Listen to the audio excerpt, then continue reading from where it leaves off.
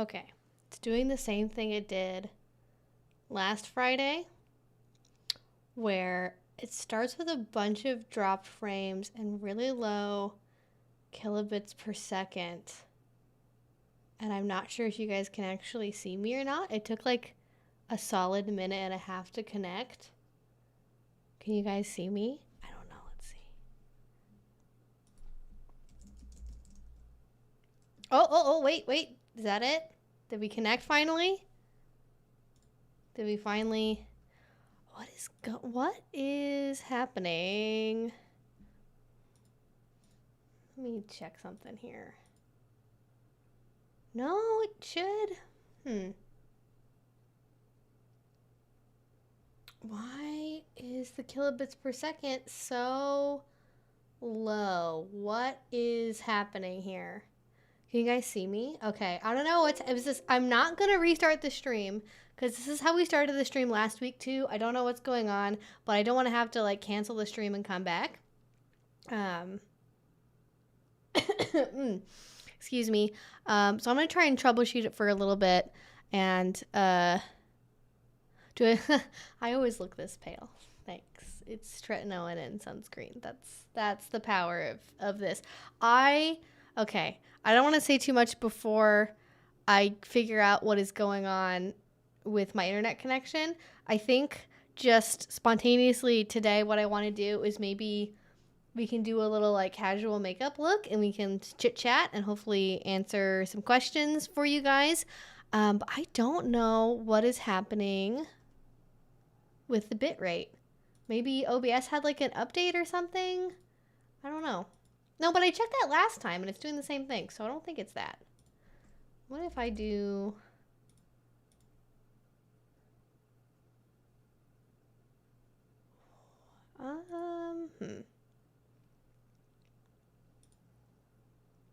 There aren't any updates.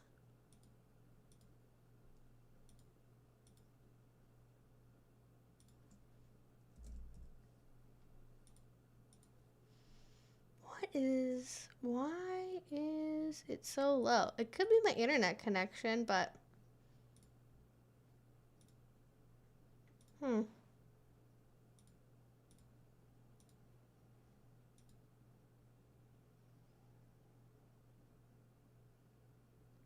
Yeah, I'll do a speed test.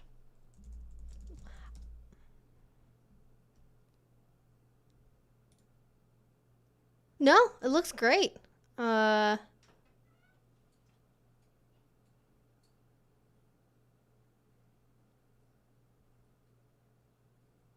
See, 225 megabits per second upload, 740 down. Oh, hi, dog. There you are. I was about to come get you. Hi, baby. Do you know how to fix the internet? If that is, in fact, what is the problem? I still see one on my end. See what? A dog? Okay, well, I think the internet is fine. That's about, like, the speeds we should be getting. Oh, now it's saying,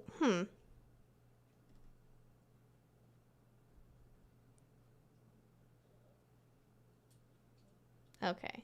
First of all, let me zoom in on my dog and all of her brilliantness. I have the house to myself tonight, which is like kind of fun because that doesn't happen very often. So I don't have to worry too much about having my door closed, but...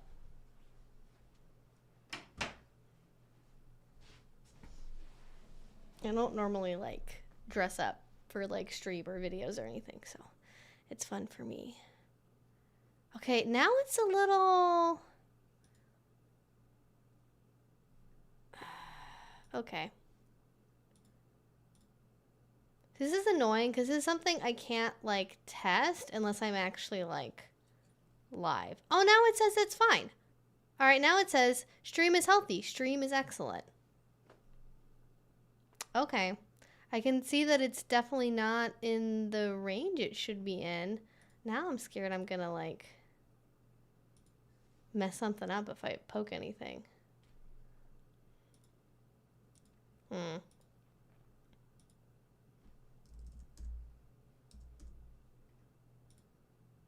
I may mess with it if I change the keyframes. Yeah. The bitrate does not. I don't know. Do I look like how I normally look on stream? Is the quality any different? I don't know. Oh no, now it's... Okay. This is bothering me. Sometimes it's YouTube's fault. It could be. It could be YouTube. Your face is a lot more clear. So yeah, it keeps going in and out of like being clear and not being clear. And I wanted to do makeup today, and so this is gonna frustrate me if I end up like being in potato quality. Let's see.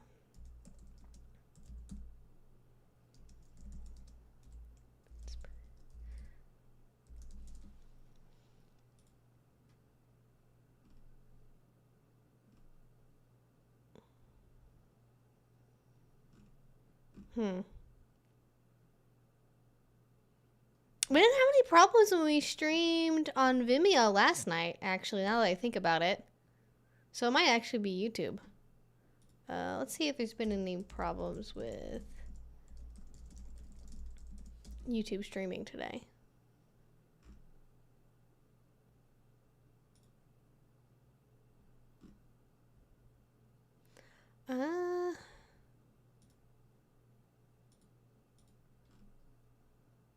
It looks like there are problems with video streaming today. So it could be that.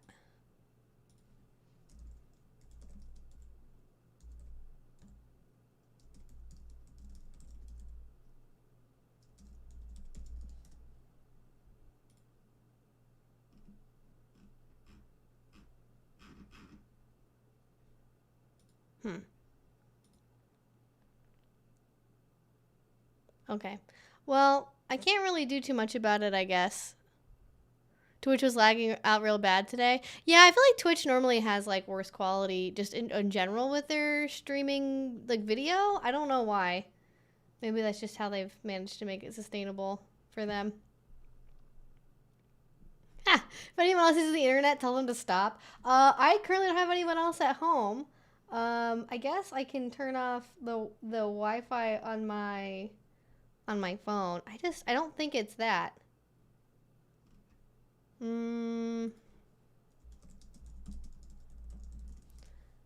version of OBS is this? This is very exciting. Thank you all for watching me do this.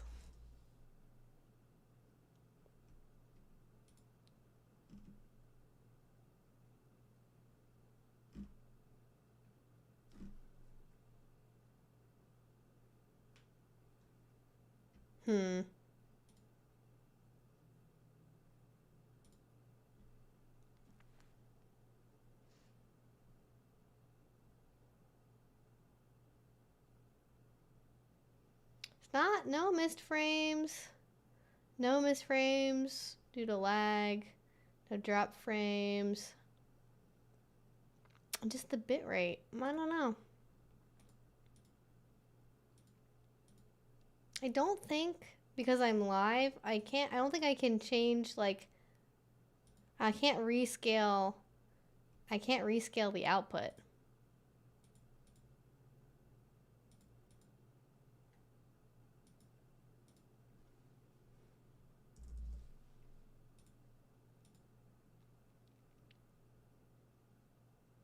No, I already looked at that. I don't need to. OBS is completely up to date. There's nothing to update for YouTube. It just is. It is whatever it is. I don't have control over that. And then restreams the same way. It just is whatever it is. So, I mean, I could try reconnecting, I guess, if I really felt like it, but I don't want to.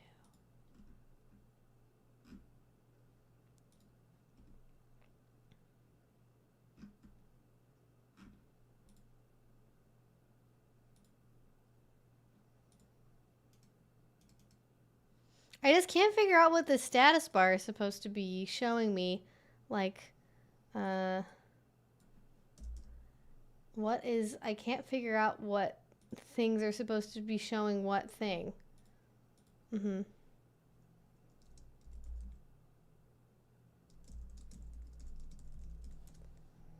maybe I'm like... interpreting it incorrectly? Drop frames are, well, it says I don't have any drop frames.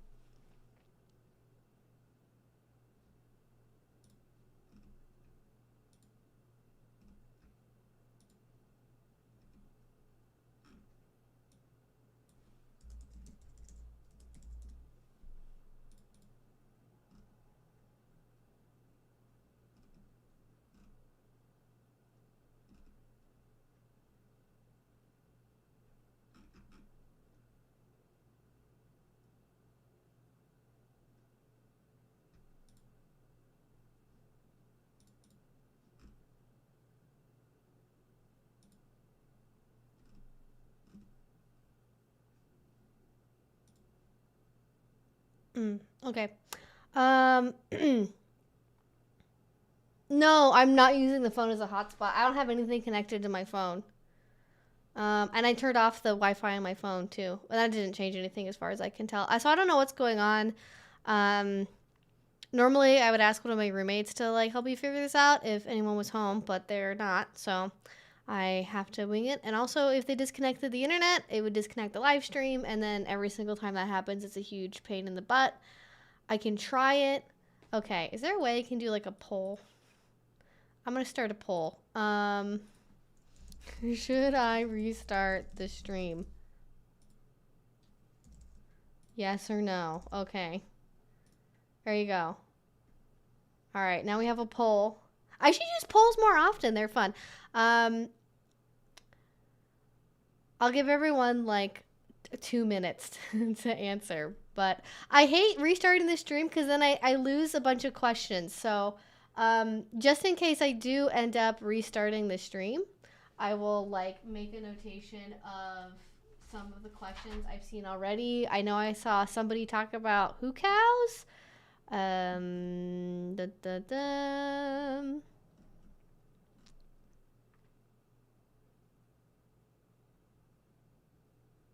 Ooh, we get a lifetime achievement award for your 20th anniversary of coming out of being trans. Do they give you like a coin or like a token or something? A little statuette maybe? That would be fun. Somebody really needs to get on that. The gay agenda and the trans council really need to get their act together as far as handing out those lifetime achievement awards. Hello, Deanston. Glad to see you back. Hope you've been doing well. Thank you. I would love to talk about my hair. I have decided that my sort of New Year's resolution, it's not really a resolution, it's more of like, here's a skill I want to learn that I've been meaning to learn for a long time, is find a way to curl my hair in a way where it will stay curly, because there is not a method on planet Earth of like a heat styling curl method that works for my hair. I have tried all different curling irons. I've gone to salons and had them do it multiple times, and they all look on in horror when they curl my hair, and then during the appointment they can see the curl fall out. So I have not had any success with heat styling curls, other than I have a triple barrel waver I will use sometimes, and I like using it, but I wanted something that wouldn't heat damage my hair, because like I can literally smell my hair frying while I use it. So I wanted to have like a heatless method that I could have in my hair during the day, you know, before a date night, out and around the house. And the first 2 times I did this, it did not work out. And then today I did it for the 3rd time, and it finally worked because it was actually fully dry and I had enough sections in my hair.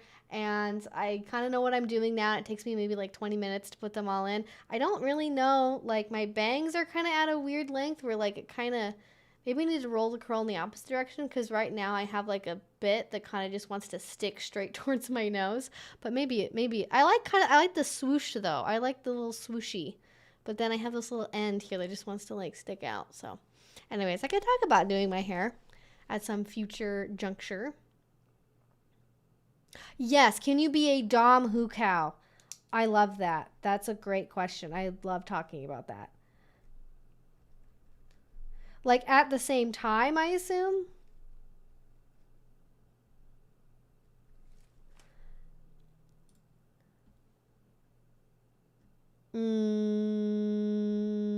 Also, if you want to make sure I read your question, you can either do like an exclamation point emoji, or you can at me in the chat and it'll highlight it, and then it just makes it easy to see. You don't have to do that for me to answer a question. It just like highlights it for me, makes it easier to find, because we like to have a little bit of a back and forth here on the channel, and sometimes we get into a little conversation in the comments, and then I can't always like tell if something's a question or not, or like direct it at me. All right, the majority of people are saying no, let's not end the stream, so we are going to keep the stream the way that it is. I apologize if the quality of the video is not as good as it would normally be, but that makes it easy for me. I'm just going to keep going with like this list thing, because I do want to go run and grab my makeup bag real quick and then come back, so I will skedaddle for a second, but now is a great time to ask questions early on in the stream. Yes, I feel fine. I think I answered that one already.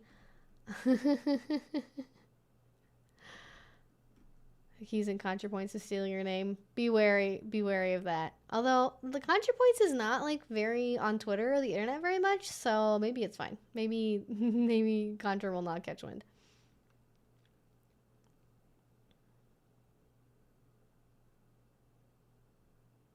That's frustrating, Daniel. I'm sorry to hear that. People just contact you because they want money. That's very frustrating. The bitrate is a bit wacky. Okay. Well, at least it's not solely, like, only something that I care about. Yeah, also on your end as a viewer, there should be a way to toggle the view quality of the live stream, so that might also be a solution too, so it doesn't like constantly bounce in and out.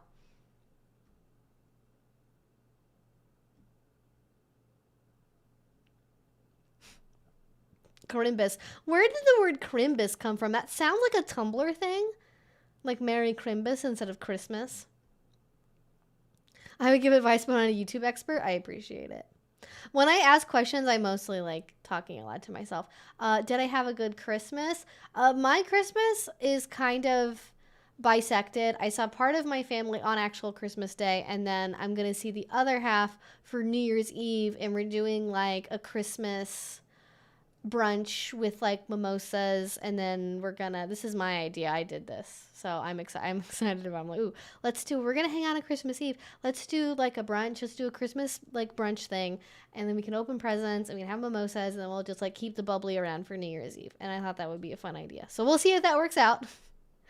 I'm gonna make cinnamon rolls, and I made Chex Mix already, because I decided that I'm going to make Chex Mix as like a holiday thing, because I found a good recipe to make it like homemade vegan Chex Mix. And historically, I remember as a kid not liking it at all. Like my parents would buy the Costco mix of like, they call it pub mix, but it's basically the same thing. I didn't really like it, but as an adult making it on my own, I'm like, oh, it was actually pretty good. The secret is vegan Worcestershire sauce. That is I mean, if you're not vegan, you can get regular, but I think that dual tamari, little coconut liquid aminos or whatever, good stuff. Just basically all the savory, mix all the savory sauces together, to be honest. I could restart Chrome. I guess it could be Chrome if it's YouTube, but can't really check it at this point. Livestock play. That's a good one. Okay, I'm going to run real quick, and I'm going to get my makeup. Before I do that, I forgot this last time, so I'm going to try to remember to do it this time. If you're new here, hi, welcome. So glad you were joining me for another kinky Q&A holiday-themed live stream here today on the channel. And we hang out, and we ask and answer questions about kink, relationships, asexuality, dating app, current big to-dos on social media that may or may not feature the kink community, and we talk about that stuff. I ask and answer. Sometimes I ask you guys questions, that is true, but usually I answer your questions and you just put them in the chat. Basically how this works is you put your question in the chat, and then I will get to it in the order that it comes in. Generally, unless we're maybe like on a current topic, or I'm trying to like answer a follow-up question or something from an older question, I generally go in order, and then from there as we go through the process of this, I'll get feedback from people in the chat. We'll kind of go back and forth. We'll move on. We'll answer more questions. Basically, whatever you want to talk about is fair game. I put something in the title. Usually it's just like a suggestion of like, hey, we could talk about this. Sometimes we get to the topics. Oftentimes we do not because we talk about other things. So it's really up to whatever y'all want to have a conversation about. And then just be polite. Listen to the mods. Don't spam the chat. If I don't answer your question right away, it's like if I restart the stream, I'll ask for like more questions or to like repeat stuff. But generally speaking, don't repeat your question 3 or 4 times. I'll see it. And in general, if you also want to make sure your question is answered, you can also use a super chat either through YouTube or through Restream down below. It'll highlight the chat up here. It'll read it out. It's very lovely. And then I will answer your question right away. And other than that, just be kind, read the rules. This is 18 plus only stream because we talk about adult topics here. And I just don't think that mixing minors and adults having a conversation in this space is like a good idea. So that is that on that basically. All right, with that being said, Tabasco with Worcestershire. Oh, that I didn't have any I was like, I didn't want to immediately go to the spice mix, but Tabasco sounds like a great idea. I honestly, the spice I put in like all of my food all the time. Well, first of all, I'm addicted to buffalo sauce. I love buffalo sauce, but I honestly, spicy food and like cinnamon candy, I feel like is a great barometer for like, will you enjoy kink? But besides that, I usually do gochujang, which I'm not sure if that's even close to how you pronounce it, but like the Korean, like spicy chili, like sauce stuff. Oh my God. Gochujang and macaroni and cheese is so OP, but Tabasco is a good idea. I think that would be a good like pepper flavor to go with the Chex Mix. So I'll keep that in mind. Maybe I'll make like a spicy batch next year because I got some members of my family that love spicy food. So that'll be a good one. All right, I'm going to get my makeup bag real quick and then we'll do some makeup. We'll chat. I'm not really doing like a big look. My other thing I want to do for this coming year is I really want like a simple, like natural, like date night kind of look, maybe. Like I love doing my wing eyeliner and my colorful big like eyeshadow. I've been doing that for like 10 years. That's not going anywhere anytime soon, but I don't wear makeup like that, especially for like a first date, because I want someone to be able to see my face and like, if I'm having dinner or drinks or whatever, I don't want to get all messy. But anyways, makeup, we'll chit chat, we'll talk about that, we'll talk about hair, and we'll talk about BDSM questions because that is the unique mix of conversations that only I offer on the internet. All right, I will be right back, guys.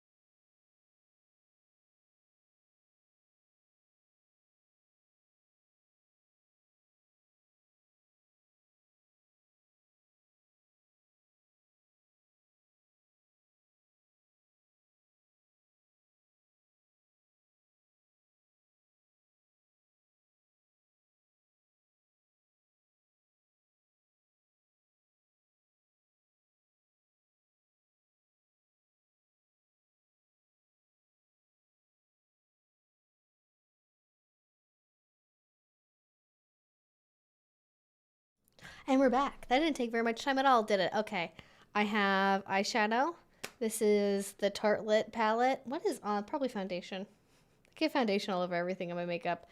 And I got this maybe like 2 years ago for Christmas, whenever this originally came out. And I've used it a couple times, but not Not very often. Oh, I have hot chocolate too. Ah, such a vibe. Okay.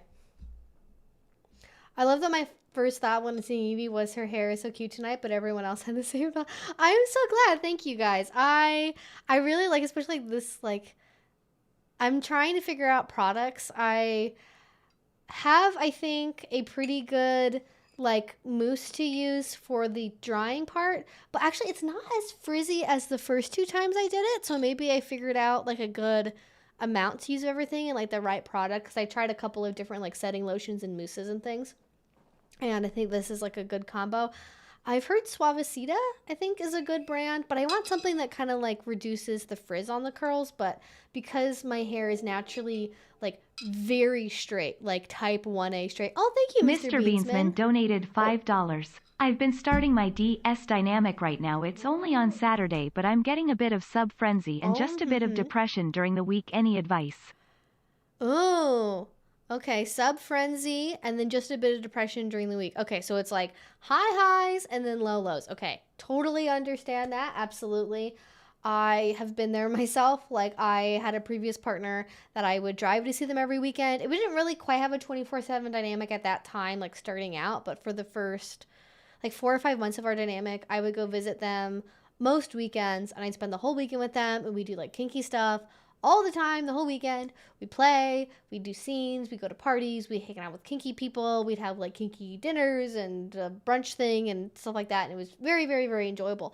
But the downside is obviously having to go back to like regular work week, regular life stuff on the Monday through Friday portion of the week. And I would literally, almost every single time I was about to leave to go home, I would cry on my way to the car. I was so devastated. I was like, I don't want to leave. I don't want this to be over. I just want to be able to stay with you. And it was, I loved our time together in the weekend. And I had that same experience of like the wonderful, not always sub frenzy, but something similar to that maybe during the weekend. And then like having, especially like Monday and Tuesday being like really hard, trying to get back into the work week and a normal routine. So I completely understand that part of it.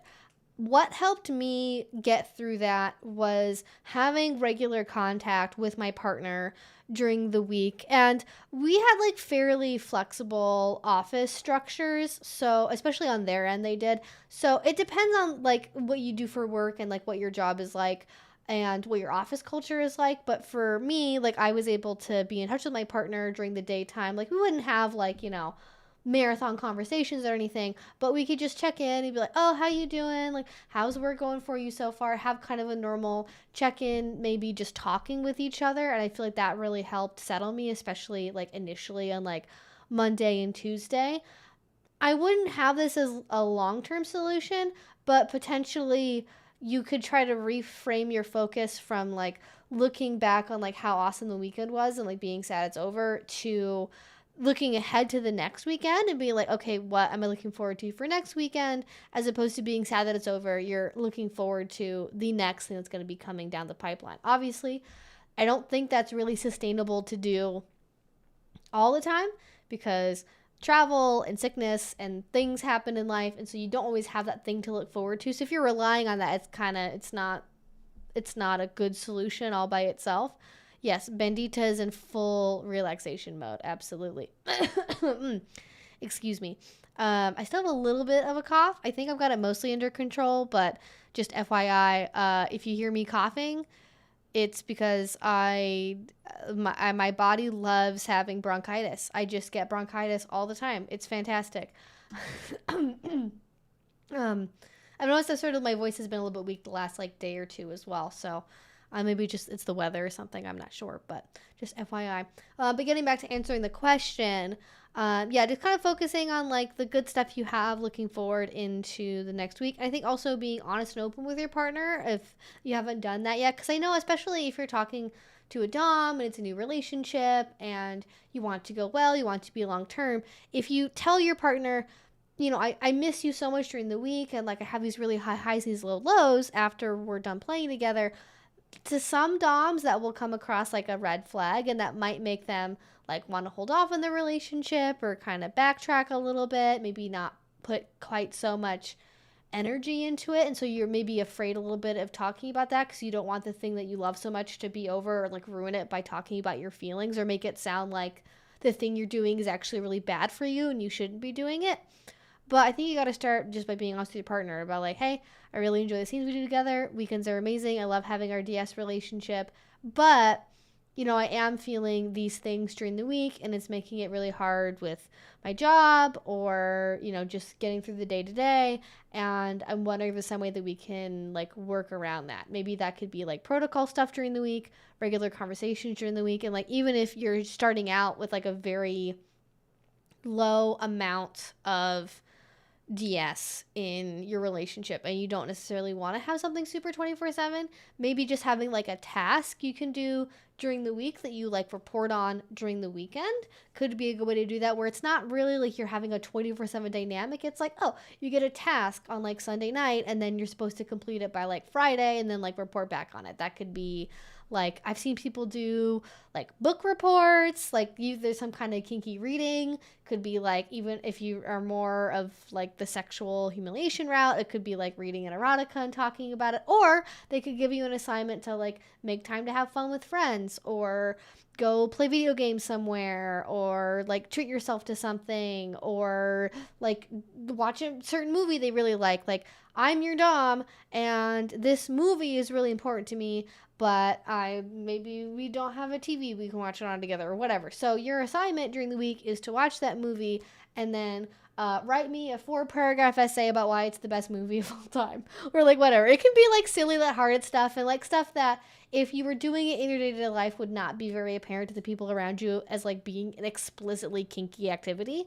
But I find for me, like having those more ongoing things between meeting a partner really helps me through them and to not fall into the doldrums. This is very much potentially going to be an unpopular opinion, especially when you're already in the throes of a sub-frenzy mode. But if you are experiencing very high highs and low lows, that could be a sign that it's maybe time to recalibrate a little bit on the intensity level, given if you're already only doing a really low level of DS or play together right now, there might not be very much you can go back on while still having the BDSM be present, if you know what I mean. So take this advice for what it is, but like if you're doing this, well, really what you want is this, to get you to be more like this, you gotta not just adjust your like mental attitude and what you're focusing on and like what you're doing during the week, but also like maybe ramp down the intensity a little bit. Because this is how I think about DS relationships sort of in the long haul, is like it's sort of a crass way of saying this, but like you don't want to blow your load all at once, right? Like BDSM does have limitations on how far it can go, whether it be DS or play that you do together, or like life stuff if you're gonna live together. Like there's only so far you can go in a relationship, especially with, you know, having limits and things. And if you're a really extreme player, those limits may be very, very far out, but they do exist somewhere at some point in time. So with that in mind, if you're playing at like level 9 when really you should be playing at level 2, you're kind of like wasting 7 levels of like ramp you could have that you could build up over time, as opposed to getting to like very quickly. Again, I'm not sure how long you have been in this relationship for, or like I think I know the relationship you're talking about because you mentioned before, but I can't remember off the top of my head. It's been a while, so I don't remember exactly. But, you know, just to sort of general advice for anyone listening, like if you're having really big extremes, ramp it down. You can always go back to higher intensity later, and that might be something you end up enjoying more with a higher level of like control and comfort around it when you've been together for 3 months, 6 months, a year, 5 years, maybe even. Every DS relationship is individual. Every kinky person is individual. Some people only feel satisfied playing like way, way, way up there and do not have any tolerance for like what they would probably call like beginner BDSM or like baby BDSM time. I personally feel like all of the lower level stuff, air quotes, is very enjoyable and very fun and should not be looked over, personally speaking. Yeah, just ease into it gradually. We had a bit of a problem with getting too excited too fast. Yeah, like you just feel like, oh my god, it's so amazing. Let's do this and we can add this and this, because it's so exhilarating to like get to explore this thing if you've wanted it for a really long time, like having a DS relationship or living with a partner or getting to do really extreme masochistic stuff or exploring a fetish even. Depending on what it is, like you may have been wanting to do this for a very long time or explore it in a dynamic context, whereas before you were doing it only in scenes or like pickup play, and like that can feel so exhilarating you trip over yourself like trying to get to all the cool exciting stuff you really want to do, and you just got to be aware that it's happening and like just go back a little bit. You don't have to completely, I don't know how I want to say this exactly, you don't have to get rid of all the kinky stuff obviously, but just orient it a little bit.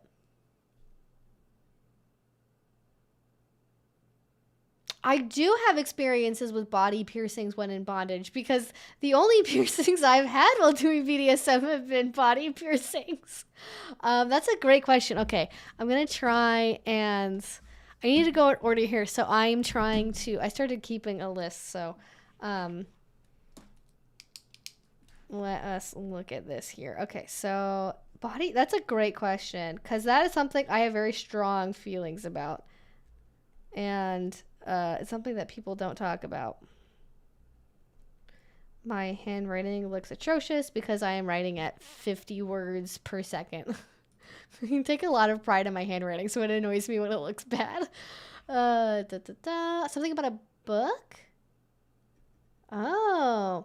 As someone with a lot of interest, this is a long one. Okay. As someone with an interest in BDSM erotica, I've noticed that a lot of the straight, kink adjacent, vanilla women online use the concept of sex positivity as a shield whenever anyone criticizes the problematic contents of a book that enjoy or expresses concern that their consumption of erotica might negatively impact the way they interact with real kinky people. Oh, that's, yeah. It's really difficult to have constructive conversations with these women when they think all criticism is coming from a sex negative perspective. I love to hear your thoughts on this. And as always, thank you for your awesome content. That is a great, okay. I have thoughts about that because I am a person on the internet and I have seen that. I don't know what would I call these people? Like vanilla erotica consumers that like, it's not even that because I guess kink adjacent. I'm just gonna say critique and then we'll go back to it. We're going to talk about starting good morning, good night messages tomorrow. Yes, that would be a great place to start. If that's not possible, there's so many other options. I mean, even these days, and this I know would maybe feel a little bit more hollow, but if you have completely different like wake up schedules and like going to bed schedules, so like maybe that would be asynchronous, like you can type out a message. Like I think if you have Telegram now, you can schedule a message to be sent out at a certain time. I love this feature because I definitely have like thoughts at 3 a.m. when my partners are sleeping where I'm like, I really want to tell them about this thing, and then instead of messaging them at 3:34 in the morning, I just schedule it to be sent at like 10 a.m. So then it's like really good. So you can get at those organic thoughts of like adoration for someone, appreciation for someone, plans you want to do, like even a good morning message. Like if one person wakes up at 5 a.m. and their partner wakes up at 7, you can schedule that message when you wake up at 5 to be sent to them at 7. And I will even recommend, if you have like a real crunch for time and you don't know what to say, you can just have like a notes app list on your phone of like stock messages to send and like have as a base so you know what to say. If you're like, oh crap, I need to remember to send my mistress a message, like here's kind of one that's like pre-formatted for me. She is taking a little nap. That's so real. I mean, I think it's really great how much technology is developing to help people, and I love being able to schedule messages. Because also with Telegram, you can edit messages, so you can schedule something to be sent several hours later, and then you get time to think about your message. So if you're like, maybe I shouldn't phrase it like that, or maybe I want to add this in, or maybe whatever, you get to have a chance to catch your typos and the way you phrase things, maybe like especially if you're dealing with like jealousy, insecurity, depression, loneliness. Like if you're dealing with like, hey, I just can't sleep and I have this feeling about a bad thing, blah, blah, blah. Like now you get a chance to like feel that I don't know if it's a dopamine release, but that release emotionally of like sending the message, but it hasn't actually technically been sent yet. So, ooh, I'm sorry to hear about your GI tract, Twixie. That sounds very bad. You were in my thoughts. You are not the first person I've heard of recently that's been dealing with those issues. So yes, please take care of yourself. Absolutely. What? Okay. There's more Hucow questions. I really need to make a video about Hucow stuff, TBH.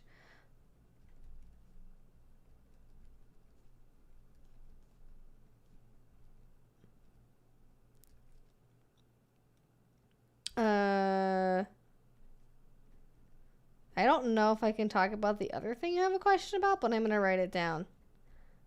I'm not sure how that can be legal. Is that legal? What do you mean? Can you expand what you mean by that? Maybe use different words. Like vor. You can say vor if you want, if that's what you mean. Or do you mean like blood drinking? It's funny how we don't really think about like drinking blood as like an act of like falling under that. I'm like, I don't want to say the word because I worry that like that might be too far for YouTube, but we don't think of drinking blood as being in that category, but it technically is. And I learned anything, being a Catholic. The body and the blood of Christ is very meaningful. Although I think technically after Vatican II, I think they decided that if you only have one or the other, because all of Jesus and God are supposed to exist within both the body and blood. If you only have one, it technically counts as having a full communion. I don't know why I have that in my head, but that's what happens when you are raised Catholic, I guess. You're just like, oh, I remember this weird thing. All right. Scanning for questions. ACE is a spectrum and generally means having much less / no sexual attraction than what is considered typical. Dummies on the ACE spectrum, it means you need an emotional bond for sexual attraction. More or less, yes. Correct.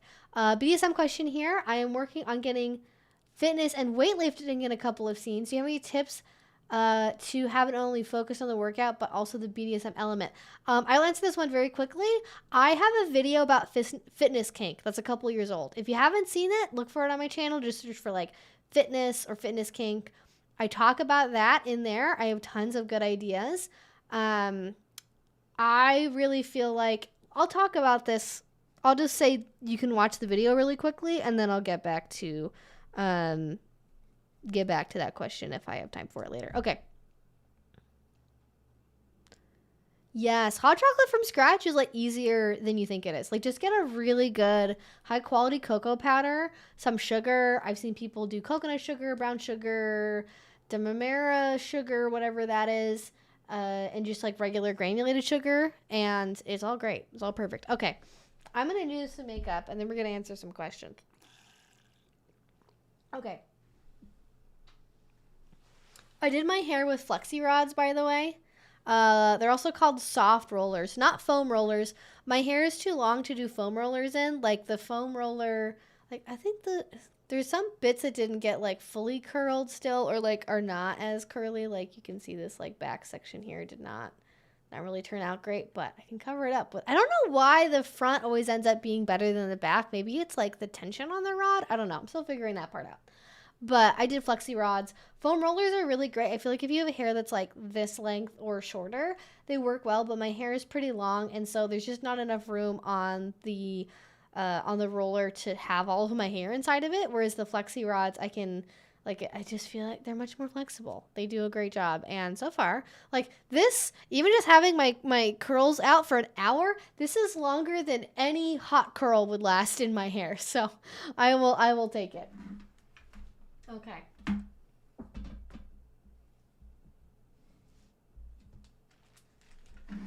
All right. Have a good night, Lexi. All right. Where do I want to put? This is always the question. Okay. Just destroying my whole desk. BRB.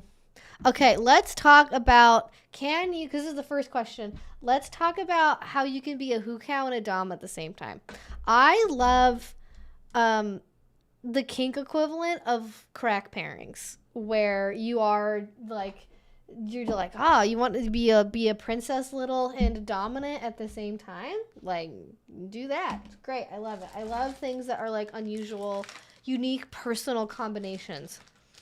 Oh, I also have like put some glitter eyeshadow in this palette for traveling. So this is like my Christmas eyeshadow palette.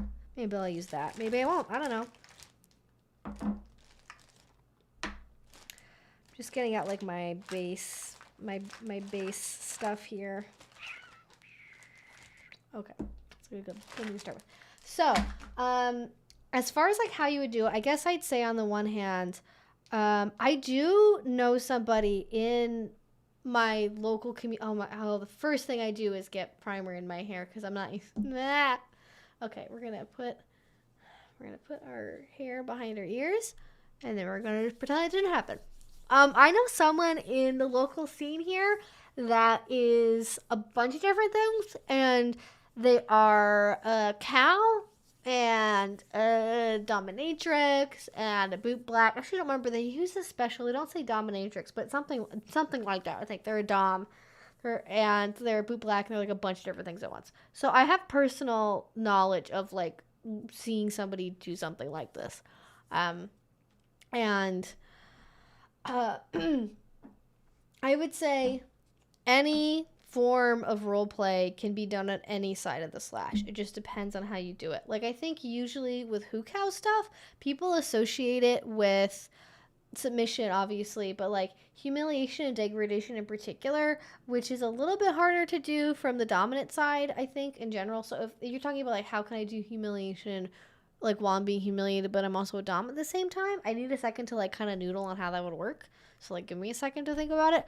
But in general, any form of roleplay you can do from like either end of the spectrum, right? Like you could be a Hucow, which is like, I guess, okay, so here's another question kind of initially too. Because with the phraseology that is used for pet play in general and like animal role play, usually you will see people say that like they're a puppy and they do pet play, or they're a kitten and they do pet play, and that means they're like acting out the role of being a kitten, and it's kind of like make believe that they are a kitten but they're not actually really a kitten. And then there's like being a human pet, which is more like you're aware that you're a human but you're being put into a pet role, or you're acting as a pet in like a more like anthropomorphized, like humanized way compared to just trying to act like a bio animal.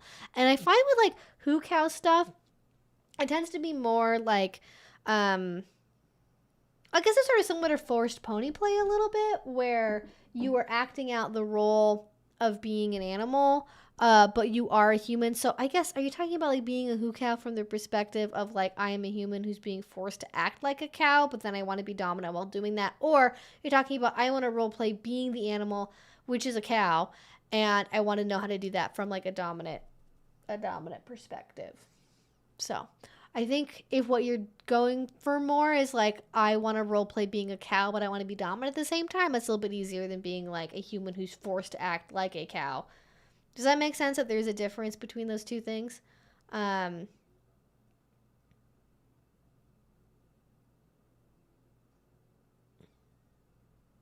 And then I'm going to answer just like one question at a time because there was like 3 in there. I just want to make sure I'm not like spending too much time and stuff. No, you're good. I'm answering your questions. Don't worry about it. Yeah, okay. Okay, great. So, glad I could help with that. Honestly, the thing that comes to my mind initially is like, you know, like elephants have like a matriarchal elephant society, and how like there's like a head lady elephant. I feel like you could be like the head cow in charge almost, in a way, where like your partner could take on the role of like maybe being another cow or another like barnyard animal that you like boss around, right? Like maybe you're role playing being a cow and your partner is role playing being a sheepdog or a goat or the barn cat or a duck or whatever. You know, pick whatever you want, and then domineering because you're the larger, stronger, more powerful animal. I do know someone that does this kind of more for like primal play, where they will be like a steer. They'll be cattle. And there's a lot of like, I feel like physical force matches really well with like a dominant energy and being a cow at the same time, because like, what are the natural advantages of a cow, right? Stocky, big, like you are intimidating physically. You can overpower people. So like rough body play, and wrestling and things like that would probably be like a good thing to have in your dominant wheelhouse, so to speak. And yeah, so it depends on what role that your partner plays. Even if your partner was role playing like being your human owner or like a farmhand or something, I think even then you could still role play being the dominant partner, because like farmers aren't always in control of their animals at all times, and we all know that like that she's in charge here. I mean, she's not really, but like, you know, people talk about their cats like running the house, right? And like the cat being like the lord of the castle, and like the humans being the servants. I think that's true really for any animal, right? That could be, even if you're doing more like traditional like Hucow roleplay stuff, like if you're into like lactation play, or like even roleplay that happening but then not really actually lactating, because inducing lactation I think is like very difficult. So I don't really know about this stuff. I don't really do Hucow stuff, so I don't know. But from what I've heard from people who do it, like inducing lactation can be difficult. So you could role play like being the demanding bossy cow that's like, no, you're gonna milk me like right now, and I don't care that you're busy, you don't have time, like I need you to do this right now. I don't care if you like it, I don't care if it's like embarrassing for you as like the human to be like doing stuff to my cow body. But that's it's like weird when you think about this as like an actual interaction between a human and an animal, as opposed to like a BDSM roleplay thing. But that I could think about being like kind of domineering and bossy, like literally just like not doing what your partner wants you to do. Like I feel like you could definitely have like a bratty energy, like kind of a bratty dom, you know? Bratty dom doesn't want to listen, you know, oh, you got me this hay or this thing or whatever, but I don't want to eat that. I'm waiting until you bring me a carrot or an apple. You know, that's what I think of. So just think of almost, I think the closest comparison would be like sort of a dominant like princess kitten energy, like just being demanding and like physically imposing. You know, I'm gonna get my way, and if I don't get my way, I'm gonna bull right through you people. That's what I'd look at. Also, I guess like escape artistry too. You think about like barn animals like escaping from their restraints, you know, like the rope lead breaks, or they tromp down the barn door. Is tromp even a word? I don't know. I just made that up. Made it up fully on the spot. That's like, hopefully that gives you some ideas. Like being a member of the village of farming in another world, like a beast man there type deal. Oh, okay, yeah, sort of like an anthropomorphized. Yeah, okay. Gotcha. I mean, that's like more what I do with like puppy play. And I feel like in that case, like sort of the same general vibe applies of like, okay, you're physically, but there's some, maybe it's World of Warcraft. Isn't there some game where you can play like a cattle person, like kind of an anthropomorphic like werewolf kind of like bipedal like cow person? I don't know. Maybe that's D&D. I'm forgetting. I don't know. But kind of the same rules apply, like physically intimidating, bossy, you know, princessy type, but like country princess, you know, like not like frou-frou city princess. Oh no, I only have Chanel, thank you. Like not that, but like, you know, you're gonna get what you want, damn it, and the people around you are definitely gonna give it to you or else. And you know, you have the physical intimidation to make that happen. Yes, Brad Dom Hucow, exactly. My online roleplay partner sometimes calls me kitten, but would actually do pet play. Is the term kitten limited to pet play? It used to be. I think that, as is the case for many things on the internet now, things escape their original communities quite readily and are adopted outside that space, like Obviously, people will refer to their partners as like mommy and daddy in like kind of a half joking way, even though they don't do DDLG or CGL like based stuff in their relationship at all, or even know what that is. I think it's perfectly possible that somebody online would just like call you kitten because they picked it up somewhere and thought that's what people liked for internet roleplay without meaning it. But it's like worth asking them a question about like, hey, I've noticed you called me kitten and I'm wondering why that is. And then like they might be embarrassed to figure out that it's like connected to BDSM, or maybe they knew and they were kind of just trying to ease you into it. I imagine it's probably a case of somebody not realizing what they were saying and like picking it up from somewhere and then just saying it and being probably a little bit mortified of like, oh my god, I didn't realize it was a kink thing. I wasn't trying to, oh my gosh, and then just like being embarrassed. That's what I think would probably happen, but I don't know for sure. Oh, this is where this went. This is like, the Dior lip plumper is expensive. I don't think it ever goes on sale, but I have like 2 of these, and they are the best lip plumpers. Yeah, my limp lips. It's the best lip plumper. But I don't think I said that right again that time either. I'm just messing up today. That's fine. Completely forgot about my hot chocolate as well. Man, my hot chocolate's gonna be cold. Okay, hot chocolate break. Happy Haunted Days in Toyotathon. Yes. Here in my house, we don't celebrate Christmas. We celebrate the Toyotathon. That's so good. It doesn't need to be reheated, but I'm loving it.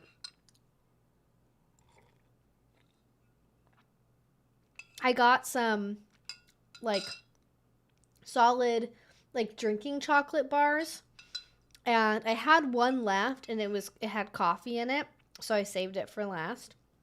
And I put part of it in here, and then I did part like normal cocoa powder and sugar. It's a very good combo. It definitely has, it's not a strong mocha flavor because there's not really that much in here, because it's like, I actually didn't even check to see like how much coffee is actually in it. It didn't look like it. But it's good. Very, very slight mocha flavor. Like you can just kind of tell that it's got a bitterness and a sharpness to it, and not just like straight sweet, which I think is a good combo. Bison Woman, I feel like, is Limp Bizkit University. Yes, that's where I learned about all the genders. Limp Bizkit University. All the haters and the players and the fellas. I actually don't remember the original song from Limp Bizkit at all, but I did learn all of the genders, so. Then actually that is the last one I haven't tried yet. I did get one. I don't know if it's Chipotle, but it does have. It's a chili one. I'm excited to try that one. All right, let's move on to another question. That was a great one. Love talking about Hucow stuff. But before I get into answering more of the like the Hucow questions, I mean, I think I also kind of talked about like ways to do Hucow stuff that's not involving like breeding role play, but you know, it's up to you whether or not I gave you enough ideas there. We're talking about selkies. Oh, okay. Again, I gotta write this one down too. Okay, selkies. You guys have such interesting questions. I love it. I find people lose interest in me as a Hucow if I dom and I'm into breeding. I mean, it's just about finding the right person. I think there are lots of people that are submissive that would totally be into the idea of their partner, like, being a bison woman or, like, a cow woman and being, like, strong and imposing and powerful and all of the things. So, just about finding the right person. Can someone define Hucow for me? I think I kind of did a little bit. I'll try to give a more precise definition. Hucow is a form of BDSM roleplay where you take on the role of the cow. I think traditionally it's normally meant in the sense of a human that is being forced to act out the role of the cow. So, like, you as a submissive in that role being a Hucow, you're aware you're not really a cow. You're just being treated as one in the scene. Usually that involves things like faux tattooing or faux branding, having to walk on all fours, wear a cowbell, be naked, like things like nipple pumps are pretty common. Sometimes it could have more of like a science experimenty feel, but I feel like it normally goes more towards a livestock kind of role play and not really so much a like being experimented on kind of role play, but could really be either. So anyways, you're either sort of acting like a human, being made to act like a cow, being subjected to that treatment, being in bondage, not being allowed to speak. It's very similar to like forced pony play stuff. I'm not sure if one inspired the other. I'm pretty sure they were more or less something that was done simultaneously, but I'm not sure what the history is there fully. And then the other way of doing it is like you are role playing being a cow.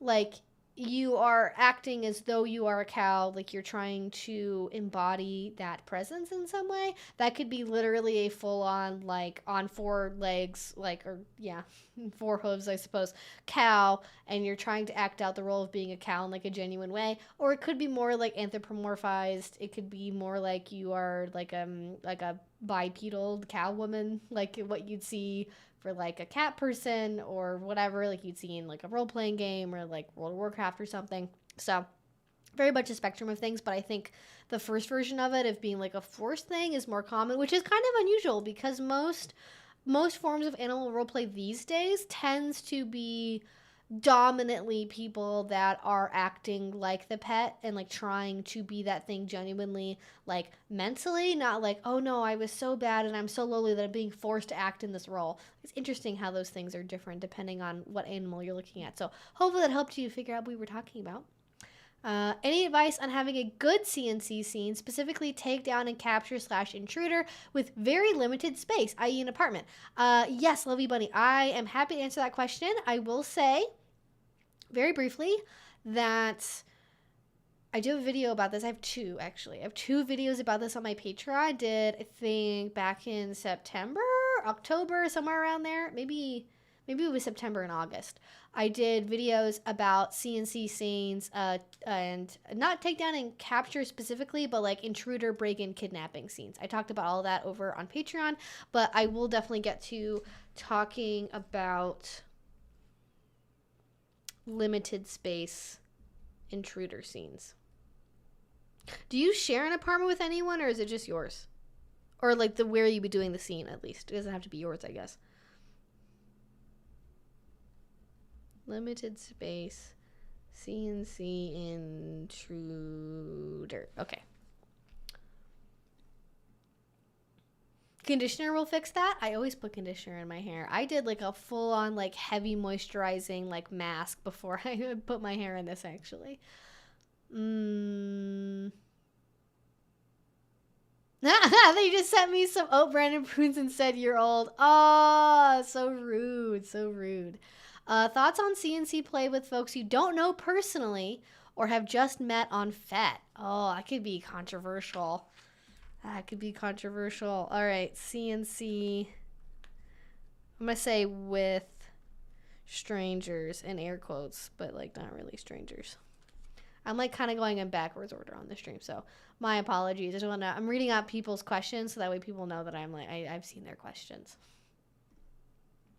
Actually, that might be the first one we get to. I think I'm back to where I am at the beginning. So thank you. All right, I think we're going to start with that. I love it. Well, the apartment I don't share, but the apartment is in a house where other loud people live. So maybe, oh, okay. So is it like, I can think of what I knew someone in college that was, I think, in a similar living situation as you, where it wasn't quite like I guess that wouldn't be a duplex because it was a fourplex maybe. They had like, it was either 5 or 6 rooms, and it kind of just looked like a really big tall house that somebody put a stairwell in the middle of, and it was like it was definitely retrofitted to be an apartment complex. It was not, I don't think it was originally built for that, so.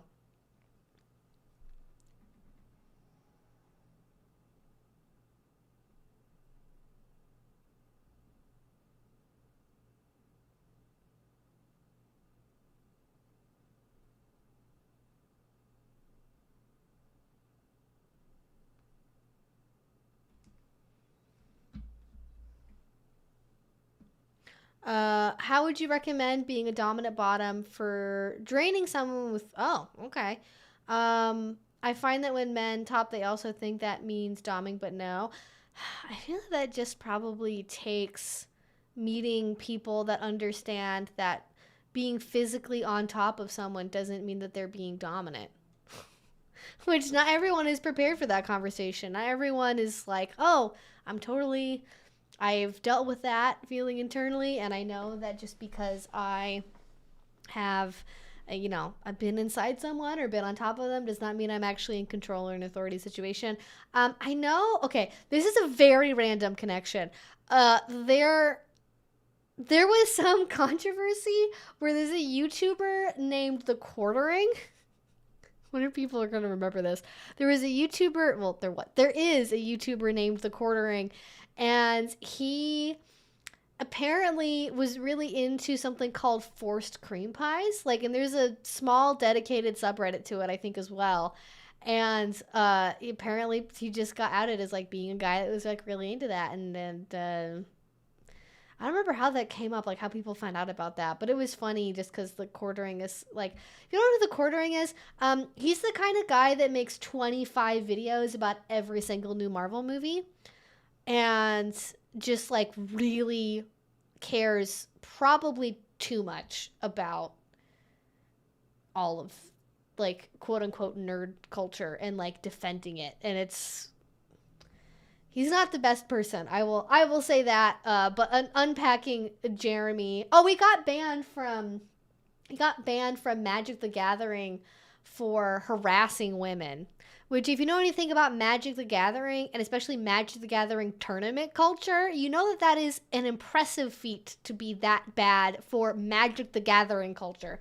So that's why he got started talking about what he's currently talking about on YouTube, is because he got kicked out of MTG. So, good job, Jeremy. But yeah, you might look into something like that, because the idea of a forced cream pie is that the person who is providing the cream is being forced to be in that position, and the other person usually does some kind of leg lock or something. I feel I don't know, I'm not an expert, I don't watch this stuff, but that's what I remember reading about it when I was what the heck is that, and I googled it. But that might be something to look into. And trying to think of what else. Or I had another idea in my head of a way you could go about this, but that's kind of maybe what I would explain kind of in more vanilla terminology that might be a better way to communicate that's what your desire is. That is a remarkable achievement in the worst way possible. I know, it's literally it's impressive how bad. It's impressive how bad you are. And he gets drunk all the time and pisses in his basement. True. He loves getting mad at his wife for ordering pizza without him and then peeing in his basement. I'm glad someone else on the stream knows what the lore is besides me. Not that we're shaming anyone for being into piss play or being in a basement or having a wife. It's just if you're going to be the kind of person he is, with the kind of politics he has, and the way he talks about women, I think we're allowed to take some pokes at him, Oh, he accidentally exposed his search history. Oh, that would be why I got exposed. That would make sense. Okay, let's talk about doing CNC with air quote strangers, aka people you maybe only met on FetLife or don't know that well. So I think in order for me to answer this question, I'm going to give what my definition of CNC is, and then that might not match yours, but I just want to make sure we're on the same page because I have learned and definitely figured out more recently. Actually, you know what? I kind of every single time I put on this foundation I don't even look for other foundations anymore. This is my favorite foundation I've ever tried. This Makeup Forever HE Skin. It looks so good. It does break down a little bit, but it's I'm looking at my skin in the mirror right now in front of me, and I'm I can't tell that I'm wearing foundation literally at all. This is crazy. This I'm fully zooming into my face and I cannot tell. There's a little bit maybe under my eyes, but I forgot I have a primer I bought that's a Revolution primer or under eye primer that's supposed to be good for fixing that. I haven't necessarily found that to work very well with this foundation, but I'm just like amazed. I'm like, you know what? This by itself looks great, but I want something on my eyeballs. So we're going to do that. I think I might actually try a shimmer. I think that might be the way to go with this, to be honest. So CNC. How do I define CNC while I talk about my makeup at the same time? I consider consensual non-consent to be a very wide spectrum of potential BDSM activities where the premise is that you consent in advance to your consent being like your active consent in the moment being like disregarded at a later point in time during a set predefined experience in time. That's feel like that was a bad way of phrasing that, but hopefully you can understand what I mean. So a lot of people think that like CNC is like a nice way of saying like frankly rape play or ravishment fantasy play. That is definitely included in the CNC umbrella. Not all CNC has to be a stranger breaking into your house, and like a role play of a stranger breaking, I guess in this case, literally, a stranger breaking into your house and like having their way with you and doing all of that. You can do CNC that is non-sexual. You can do it in a way that's planned in advance. Like it takes on so many different potential forms. So if you want to start out exploring CNC with somebody, I'd recommend knowing them well if you can. I think generally better BDSM scenes come from knowing a partner, having open dialogue, so that way you know you're on the same page about like how you view things like aftercare and consent, and just, you know, like the more you know about a person, I feel like the better scene you can have ultimately, kind of regardless of what kind it is. So I think more information is better, but if for whatever reason that situation is not possible for you, like you just can't get to know your partner that well, or you're both really only into CNC and that's kind of like that's the only option for the relationship, I get that. Okay, I think I'm going to just use my finger for this. I did not grab brushes, so that's kind of my option right now. Okay, this actually maybe wasn't a bad plan. I am wearing a gray sweater, so my instinct is to do gray, but I want something that's like warmer than that, to be honest. I'm gonna recommend knowing people, but I think you can start on kind of like the shallow end of CNC and like work your way up with somebody you don't know very well as being a part of what I would call like a rack scene, right? So a risk-aware consensual kink scene where like, you know, because this person is not somebody you know very well, that by choosing to engage in non-consensual like role play stuff, you are taking on a much higher level of risk than you ordinarily would doing the same type of scene with maybe a different person in a different context. You could do a CNC scene like at a public venue, depending on what the rules are of the venue. You could do a CNC scene in public where you decide, okay, we're going to do this scene and it's going to be a no limits CNC impact play scene with struggling and, you know, I'm going to fight back and I'm going to be bratty and, you know, I don't get to have a say over like maybe where you're hitting on my body or what implements you use. It's just going to go until you decide it's over, basically, or until the DM at the thing breaks us up. So you could do it like that, where you're not like having a stranger break into your house or anything, but you're like playing in deeper waters at the same time. So I don't think it's totally out of the realm of possibility. I would say this is something that works even if you're not experienced with that person. You're experienced with kink in general and your own limits. I think where we run into the kind of bigger piece of controversy here is like the role of safe words, because this was something that came up a lot in the discourse on twitter.com earlier this week. There was kind of a whole thing about kink and sex negativity and positivity and CNC and people being like, LOL, like it's actually all really consensual and people have safe words. And then like some pro doms came out and were like, actually the whole point of CNC is that you don't have safe words, and if you're doing it with safe words, you're doing CNC wrong and it's not really CNC. My opinion on that is that, again, CNC is a very wide spectrum of experiences. So you can do CNC where you do have safe words or you don't. I think it all depends on what you want. I think the way that I conceptualize of using safe words during a CNC scene is in A regular scene, they're more like bumpers on a bumper car, where like they're much more active, there's way more communication, and especially if we're doing like yellows and like check-ins and stuff, like safe words and that whole mechanism of communication is much more prominent in the scene. Whereas in a CNC scene, it's much more on the back burner. It's like an emergency, break glass. You only have it to use if you literally cannot continue the scene. Like, this has to stop right now. You're injuring me and causing permanent damage. Like, you feel a nerve injury is happening, or you sprained an ankle, broke a bone, you're experiencing an allergic reaction, you have dangerously low or high blood sugar as a diabetic, or like something like that. I think that there is a use case for some people that do CNC to have a safe word used in that way, where it's an emergency only situation thing, where you're not doing it just to do it willy-nilly and like secretly control the scene, but like role play that you're not. But it's, I don't know if I'm explaining that well, but it's mostly about having a way to communicate like this is an emergency distress thing that your other partner maybe won't notice. And like, I think that like some people could say, well, part of the risk you take doing a CNC scene is that your partner may not notice things are happening with your body and you could end up being permanently injured. I feel like that is a very high, especially for somebody with like a chronic illness, like diabetes, like other things, where if you need like medical attention, I think that it's perfectly fair to have a safe word in your CNC scene. But other people would never consider using a safe word to be part of a CNC scene. And that's really going to be individual, because I've heard it argued every other which way.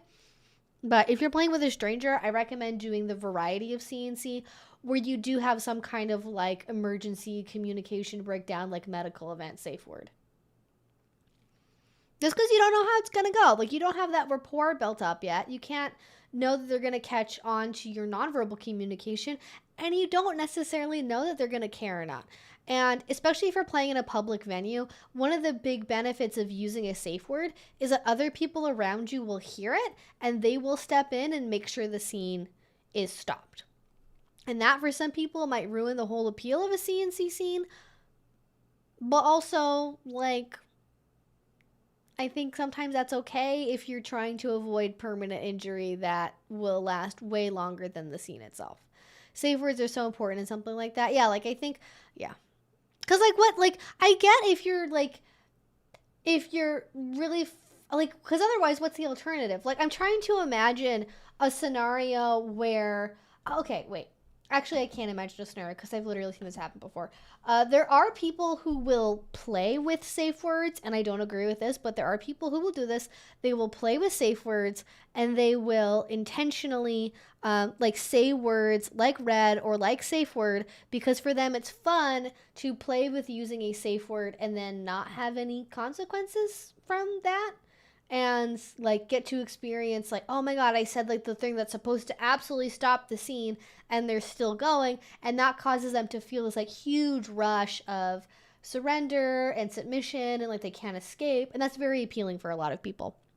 So I get why you would do that, but also at the same time, I don't recommend that, especially if you're going to be playing in public, because again, if you're playing in public and there's people around you, if they hear you say the word red or safe word, depending on the venue, people will step in. They will stop the scene. They don't care that, oh no, I was just kidding, I was just playing. They're going to stop the scene, because that's the crux of like how public BDSM play stays safe. And oh my god, what would happen reputationally to a dungeon if somebody said red or safe word and then didn't stop, like no one stepped in to stop the scene afterwards. Like, people wouldn't feel safe playing there anymore. People would just be like, oh, they don't actually really care about consent, they're just paying lip service to it.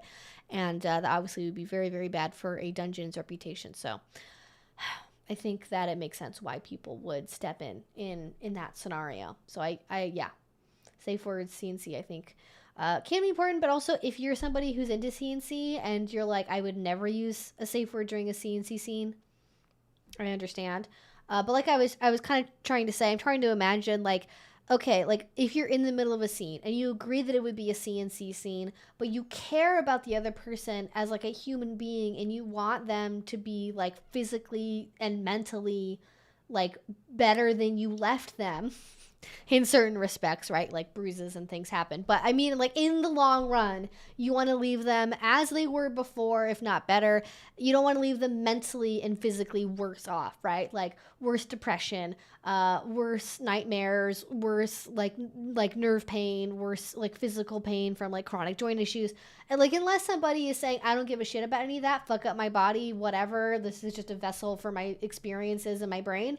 Like some people do have that kind of reckless sense of self and they don't care about preserving their bodily integrity at all. But most people do not want to be left worse physically than that start of a relationship or the start of a scene. So if you're going too far in a scene, even if you've agreed for it to be CNC, I'm trying to imagine like mentally as a Dom, how you could feel comfortable like doing a scene with somebody where you've done CNC multiple times before. It's been fun. It's been great.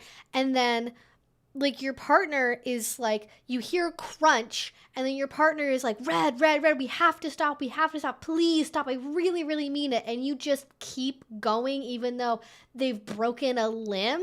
Like I'm trying to like imagine, like you would actually have to be a pretty fucked up person, I feel like, to be like, well, something fell and I heard a loud crunch and my partner is screaming in unwanted agony, begging me to take them to the hospital, but I'm just gonna keep doing this because it's fun for me. That might be a fun fantasy for some people in an erotica, in a book, in some, I don't know, somewhere. Not for me though. Not. I think mentally you have to be a very, I guess in a positive way, you could say you need to be a very secure sadist to be comfortable playing in that territory. But for the average person, if your partner is like, I think I broke a limb, please take me to the hospital, red safe word please, why are you not stopping, and they are delirious with pain and they clearly don't want to be in, they're not able to engage in the BDSM you plan to do anyways, like what, like oh my god. Ignoring safe word play in CNC is only for trusting arrangements, not for quick play. Yeah. Like, I guess I don't even if you agree to not use a safe word, like, I'm just mentally trying to figure out, like, if somebody, like, I guess either you have to believe your partner is lying about their need to use a safe word, or you've agreed that, like, the reason we're going to ignore the safe word is because you want to play around with being able to say red and safe word and for me to ignore it. But, like, people don't just use safe words because they're like, oh, I don't feel like playing anymore. Like, safe words have a very broad scope of usage in a scene to differentiate between like wanted pain and oops, I'm having a medical event, I need to go to the ER or I might die, you know.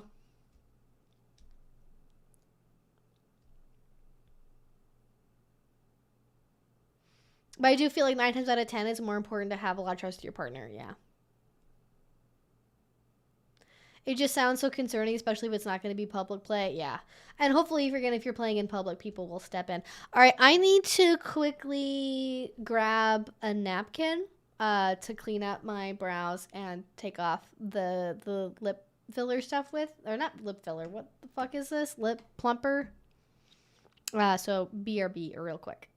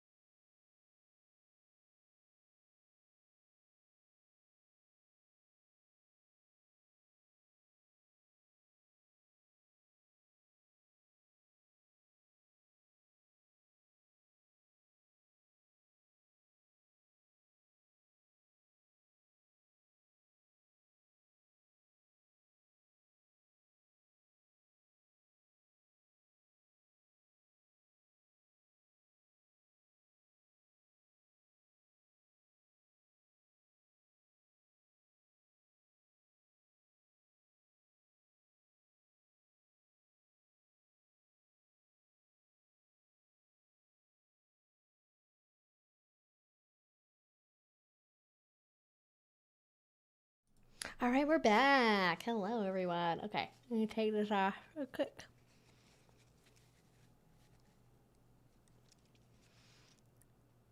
I feel like I always have to have something on my lips because otherwise I end up getting like foundation all over my lips, and it's not a cute look. You know what I mean?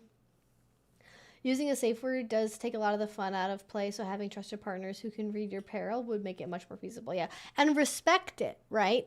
Because that's like, I think ideally what you want is you want to be able to trust in like, it's safe for me to not use a safe word because if I do actually really need help and something is wrong, you will do something about it and not just like ignore my suffering. And that's why I think it's important to have a safe word, is because you need to have a way to communicate to your partner like, oh no, something's really, really bad right now, and you might not be able to tell what it is. But like somebody, even somebody who says they're like not gonna like listen to a safe word, like if your partner is like actively bleeding out in your living room because they broke something, or like, I don't know, like stuff happens, you know, like who wants to end up on like a channel, you know, whatever, like ABC News report because it's like, oh, somebody got killed doing kink because, you know, they were choking to death and their partner just thought it was part of the scene and kept going because they were doing consensual consent. Like, that's just like how you end up being part of like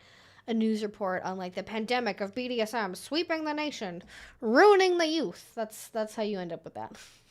That's how you end up with that being a thing. I feel like, at least. I don't think I'm gonna wear eyeliner. That's my revolutionary thought for today. Maybe I'll do some like tight lining. Do I have? I'm like out of actual like liner eyeliner. So I actually can't do that because I need to replace it. Because I had an eye infection, and so I have to replace all of my eye stuff so I don't reinfect myself constantly. With CNC, I would say it's important to have good nonverbal communication. True. That way you can tell from change in demeanor mid-scene a sign is needed to at least check in. I generally agree with that. I think kind of the problem with that is, one, there are so many neurodivergent people in the kink scene. Like, so many neurodivergent people that you can't like depend on your partner either having like a neurotypical expression of an experience they're having, or somebody being able to pick up on those cues depending on like what role the neurodivergent person is like playing in the scene. That's like the other reason why like communication is so important, is because like there's a lot of people that are not necessarily, you know, going to communicate in the way that like the typical vanilla like neurotypical world would expect. Okay, I always have a problem with my eyeliner, like, or not my eyeliner, my mascara kind of getting all over my eyelids. So I'm just going to like very carefully try to let that dry before I do anything else. IDK, I'm still newish and not that hardcore, but I feel like a safe word is important and needed. Like the ripcord of a parachute doesn't take away from the fun of skydiving. Yeah, I think like some people it's like really important for the role player, like the mentality in the scene, to not have a safe word. So I wouldn't entirely discount it, but for like 90% of people's kink experience, like you don't really need to not have a safe word. I feel like, this is my kind of controversial opinion, I feel like there's a lot of people who kind of just like say, oh, we don't use safe words because they want like, the bragging rights of being able to say they don't use a safe word because they feel like that means they're like more hardcore and like better at BDSM than people who need a safe word. Because like, and this isn't even really a kink thing, to be honest. Like, I think people frame it like, oh, it's because they're so kinky and like I don't need a safe word because I'm so kinky. But this is really, honestly, has a lot more to do with vanilla culture kind of infecting people's brains, where like minimum communication is seen as like positive and valued, right? Like if you have intercourse with a partner, maybe it's like your first night together or whatever, and if you like, oh, it just happened and it was amazing and I didn't have to say anything or ask for anything, we just totally knew each other's bodies without having to say a word or anything, like that's what people really value as being like the best kind of sexual experience sometimes, because it's like, oh, they could read my mind, they knew exactly what I wanted when I wanted it. So it sort of feeds into that fantasy illusion of like not communicating somehow meaning that you're like more compatible or like a better partner, like a better lover. I don't think that's always the case in kink for people that are like really proud of like not using safe words, but I think we can't discount the fact that like that mentality does creep in there for a lot of people.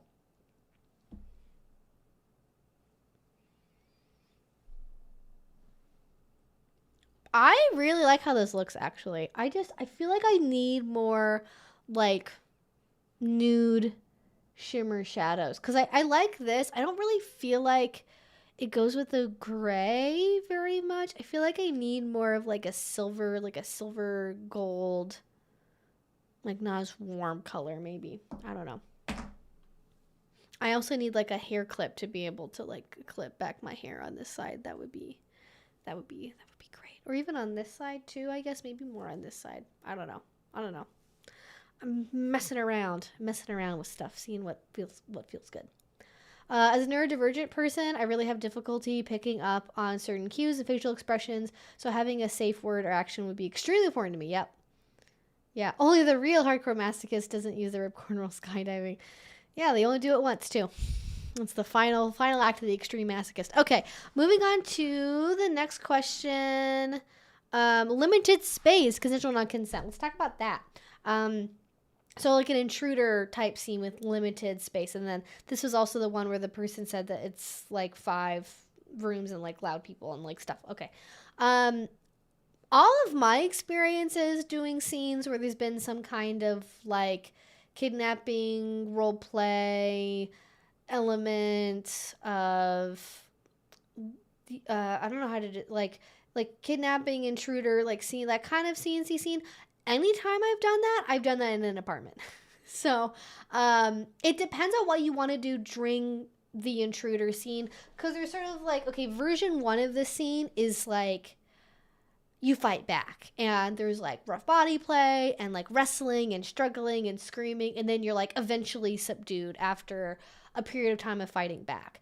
If that's what you want to do and you have limited space, highly recommend doing that in a part of the house where you don't have hardwood floors, tile, sharp edges. So like, don't do it in your kitchen where you have like a granite countertop and like the edge of the kitchen table and knives, and like I can see that being hot for like the place to start the scene, but there's so many places for like a takedown, like rough body play, like capture type scene to go very wrong in that setting, just because like so many places to bump your fragile little egg on, you know? You just don't want to do that, okay? You only get one of these. You only get one of these in your life, and you don't want to lose it over a kink scene, I think, most of the time for most people. So, I recommend doing it in like living room, bedroom, something with like carpet, soft furnishings. If you really want to pre-plan this and you have the ability to, because you don't have people that share a certain space with you, you can push like things up against the wall. You can get like a cheap rug somewhere. Like you can get cheap rugs on Amazon. I mean, I don't generally endorse buying stuff from Amazon. Do be careful though. Make sure you're not going to slip on it, because I have seen some cheap rugs from Amazon that are like shiny. I don't know if it's polyester or what, but very shiny. And they are a slip hazard galore. So do that. Also, if you're worried about your partner being the one who's slipping, you can get at Walmart and probably at Target and places too, and probably at sporting goods stores too, actually. You can get like a kitchen restaurant, like fucking OSHA approved non-slip shoes. And that can help too if you're playing in an environment where you're going to be struggling. There's hard surfaces, there's hardwood, linoleum, whatever, like general slip hazards. That can also help reduce the risk of that too. So that's kind of like more the rough body play side of things. It's just like, be very careful where you're doing it. It's a very fun scene. I love doing that kind of scene. Do it in the right place. Do it in the right place. If you are doing more the route of they're doing a break-in and there's an intruder and they're coming into your bedroom and they're like catching you on the bed before you can do anything or get anywhere, I feel like that's probably the best route to go for a small space, because you're just in your bedroom. You're not going to go anywhere else. You don't have to be dragged across the whole house. I get that probably is like less appealing than it would be if you had the whole house to kind of roam around and do stuff. Please welcome grip socks and helmets. Yes. Oh, grip socks are great too, actually. You can get bar socks, like BARRE, bar, you can get grippy bar socks too. And that might make more sense. Like if you're, especially if you're the one that's at home and you're like role playing, you know, like, I was asleep in bed, you can like have on your bar socks. You know, like, oh, you're wearing just like, you know, your pajamas to bed. You had socks on to keep your toes warm. I've never been to Chicago at all before, actually. I guess I'm more asking about making it immersive with limited space.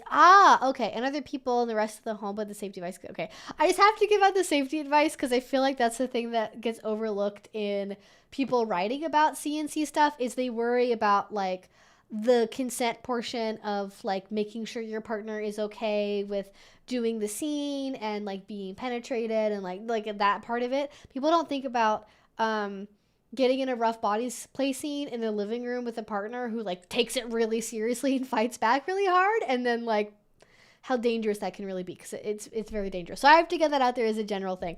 Yeah, not unappealing at all. We've literally talked about it being in a sleep in bed thing. Okay, great. So sleep in bed, awesome. Making it immersive. Okay, this is kind of a fucked up recommendation. I'm gonna recommend a thing for you to watch. Let's see. There's a Netflix series, I think.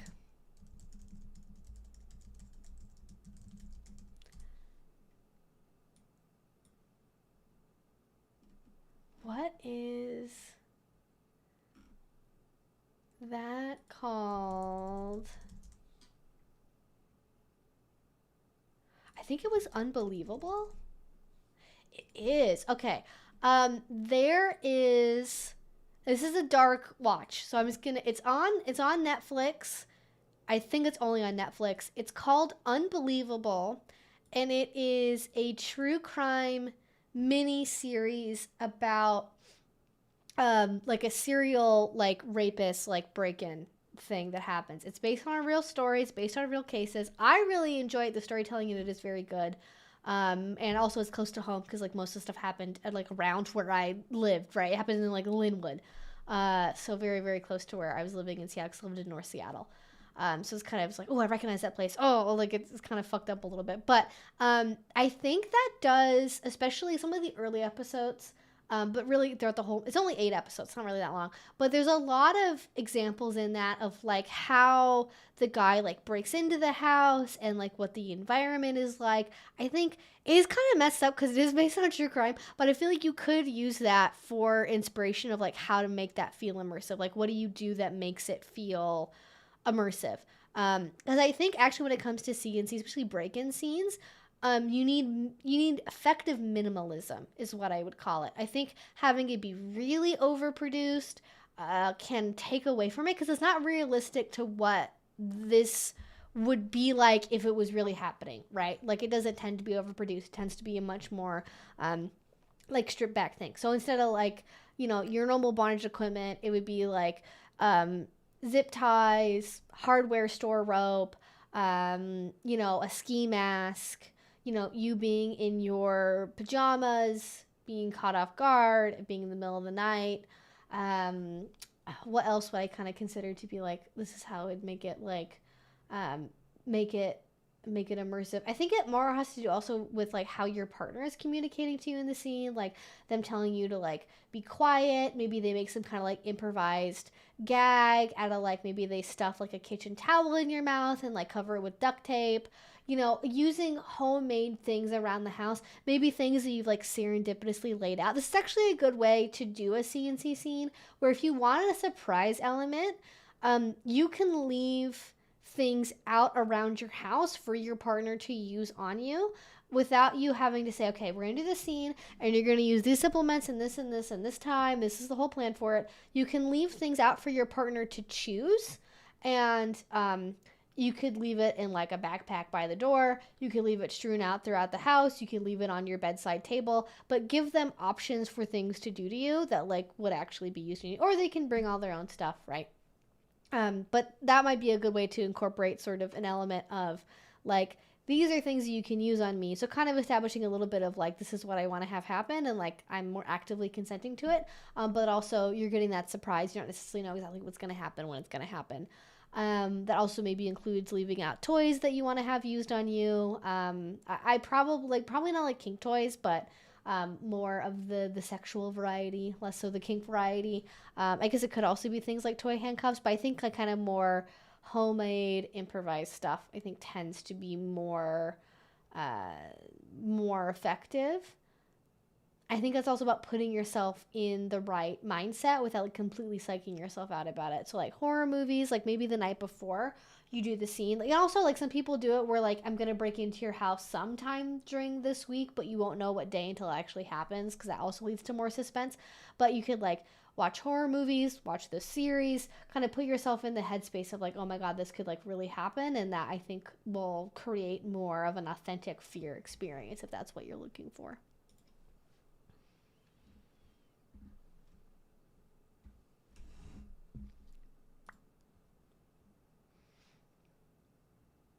The serendipitously laid out things is amazing. I'll definitely apply that. Yes. And that can be as many things or as few things as you want. I would just communicate to your partner in advance. I recommend, especially with scenes like this, if you want them to be more immersive, like have your negotiation like farther out from when you want to do the scene. Like maybe have like the bulk negotiation and planning phase maybe like a month or two in advance, and then like right before the scene happens, like the week before, just have a little check-in, just make sure, are we mentally in a good place to do this? Like, life happens. Sometimes we're just like not in a good place of like, maybe somebody got laid off from work or a pet passed away or something. You just don't want to force something just because you planned it. But you could tell them like, I'll leave stuff for you out on the coffee table or on the kitchen table or by the door, or have some other kind of way of like signaling this is a thing that you want to have used on you, that communicates that like, oh no, as opposed to like if your roommate accidentally leaves out a kitchen knife, you don't want them to think, oh, the kitchen knife, time to use that. All right, I think I'm gonna use this liquid lipstick. We'll see how that goes.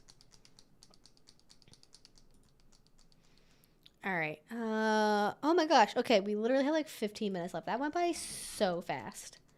I recommend training handcuffs instead of toy handcuffs. Toys can break, cause cutting edges, spoil the fun. Yes. I guess if I say toy handcuffs or handcuffs, like training handcuffs, like I don't recommend getting like the cheapy like $2 handcuffs from Alibaba or Wish or wherever. I definitely recommend going with like higher quality stuff. You definitely don't want to be doing a CNC scene and then like cut your wrist on a rusty edge of a crappy handcuff you got from wish.com. Definitely not something that gets people in the mood for real. Have you tried lip stains? I just ordered a black one from Sephora. I've tried a couple. I've been meaning to try the Korean ones. I've tried a few that are like from American brands, and they dry out my lips so bad. They do not look good. But I've had a plan to try like Korean lip stains for a while because I think they're supposed to be a little bit of a better quality. I tried them years ago, but it's been a while. I just had this funny image in my head. Wow, there's a gaffer tape, a rusty spoon, and a blindfold in the kitchen counter. What are the odds? Yeah. There's also like the rusty spoon. Like honestly, it's kind of fun if you want to fuck with your partner a little bit to like leave out a very just like why did they leave a stuffed giraffe out? Like why? Like I have a stuffed giraffe, and then the rope. What am I supposed to? What? Like just kind of leave stuff out to kind of fuck with them a little bit. Like what do they want me to do with this? What is the point of this? This has to be like shaken up a lot, so that's why I'm doing it. It's just like if you ever get one of these, this is the Maybelline vinyl lip. I love these. This is Super Stay Vinyl Ink. I just call them vinyl lips, I guess. These are great. Color range is a little bit limited, but you have to shake them up a lot first, otherwise they don't turn out right. I'm not going out. I'm going to go to the gym in like 30 minutes after the stream is done. I'm not doing anything tonight. I just wanted to dress up because my hair turned out fun and I was excited about it. A plumbing auger. just you never know. Honestly, don't put out anything that you would regret having put in an orifice or in your mouth. That's my advice. If you're going to put something out that's wacky, just be prepared for it to go inside you. Just in your face. It's not even just... So choose carefully, because otherwise that can end up backfiring on you. Would be fascinating to see how different doms would yes, and the giraffe. Yes, exactly. Black with liquid lipstick from the Lip Bar is great. Oh, I feel like I've heard of that before. The Lip Bar? I'll check them out. Maybe I've seen them advertised to me somewhere. I'm always looking for a good liquid lipstick. I'm very picky about the applicator. I like this because the applicator's a style that I like using. I really don't like paddle applicators, but, you know, when needs must.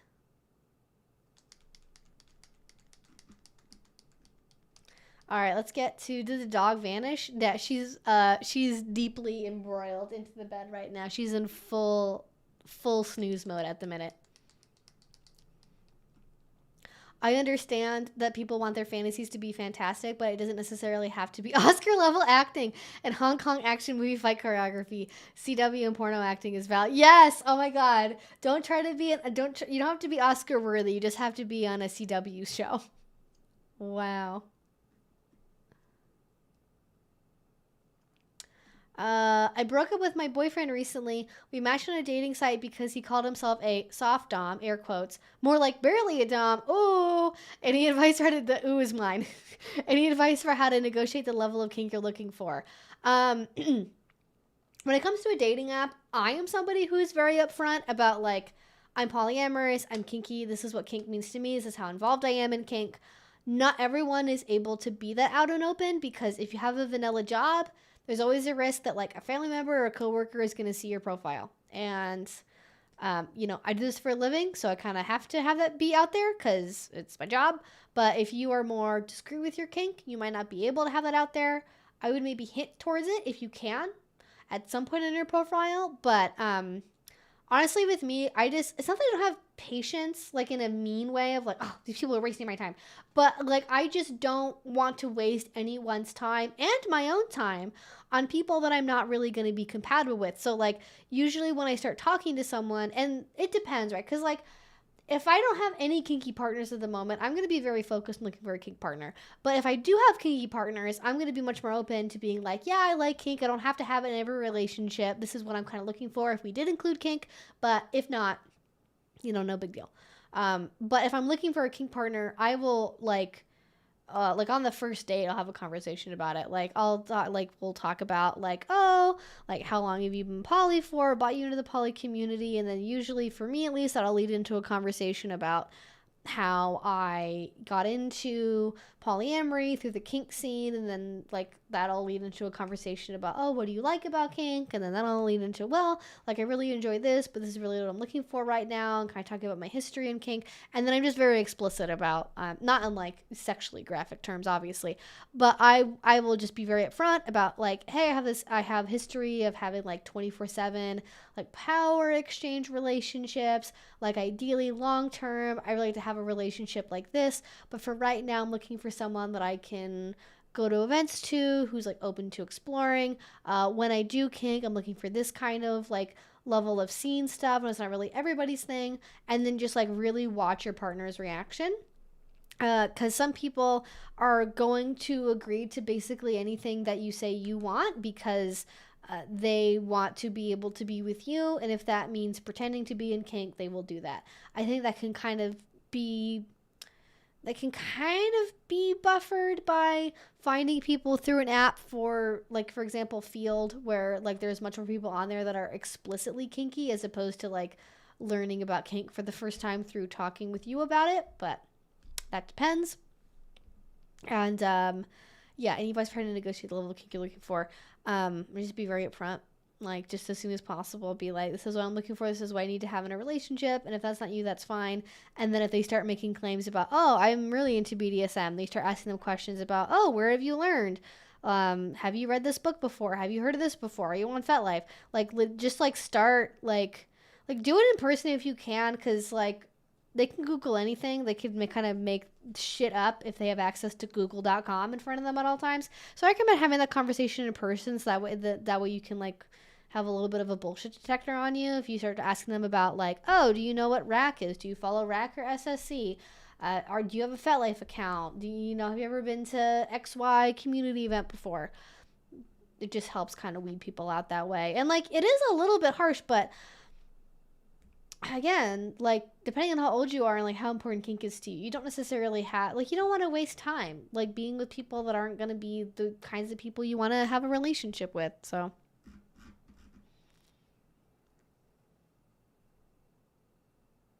What's the weirdest object you've used for sadomasochism? The weirdest object. I feel like I don't really use a lot of stuff that's, like, weird. I'm not really into, like, having wacky scenes for the sake of having wacky scenes. I'm also going to put on my lipstick now. I would say probably the well, actually, let me think.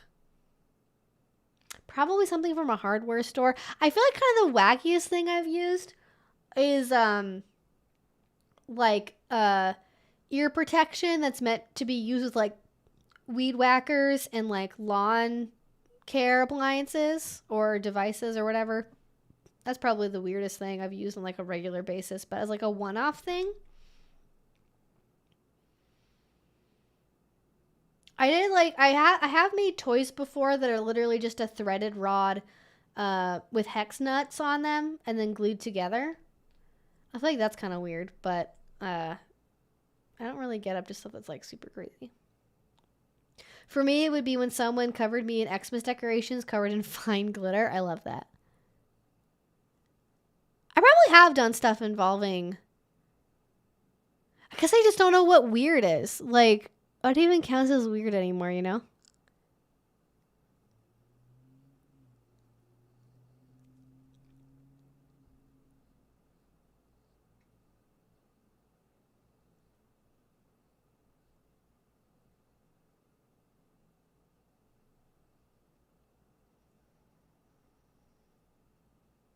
I don't know why I'm doing this. I'm going to take this off in like 20 minutes, but I wanted to do the complete look.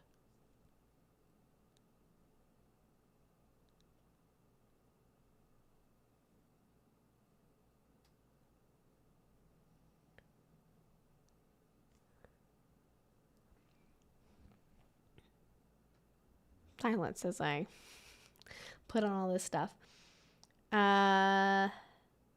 I lived in Florida as a kid. I've never been to Florida as an adult. I'd love to go to Orlando and go to the woodshed.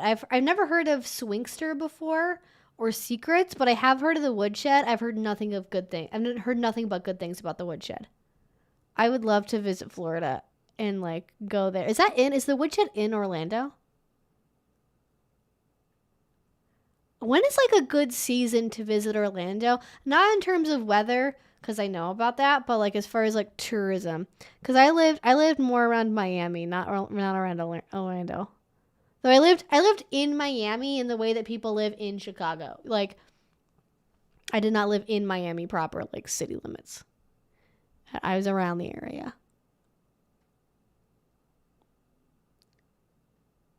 Which is going to be fun for me because the new GTA game that's coming out is set in Miami, Vice City, which is going to be fun. I really hope at some point they do one in like Seattle because that would blow my mind. Like I would love to see stuff that I recognize. Not that they ever, maybe in like an expansion pack or something. I don't know what they'd call Seattle. The Emerald City, maybe. What would the GTA version of Seattle be called? I don't know.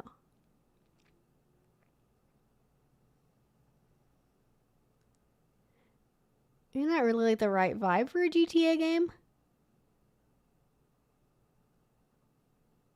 Unless you want to commit tech worker crimes.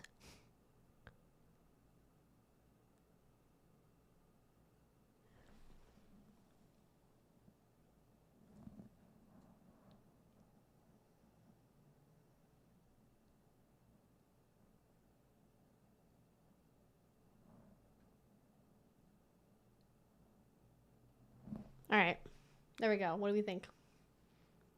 I think the lip color brought it together. I like it. Yes, it is. We also have a few other dungeons in the area. Florida is doing pretty well. As for timing, that's hard. Summer is miserable. Winter can be touristy, but probably still your better bet. I was kind of thinking spring, because it's going to be after, not around spring break, because then obviously, like, imagine the spring breaker is probably, well, they probably don't go to Orlando, but a lot of Disney adults probably go to Disney World at that point in time, right? Or go to Orlando in general. I was thinking probably spring. Maybe do something in like, well, I don't know, because that's hard because like Kingfest is in spring. So I don't have to travel for that though. That's local.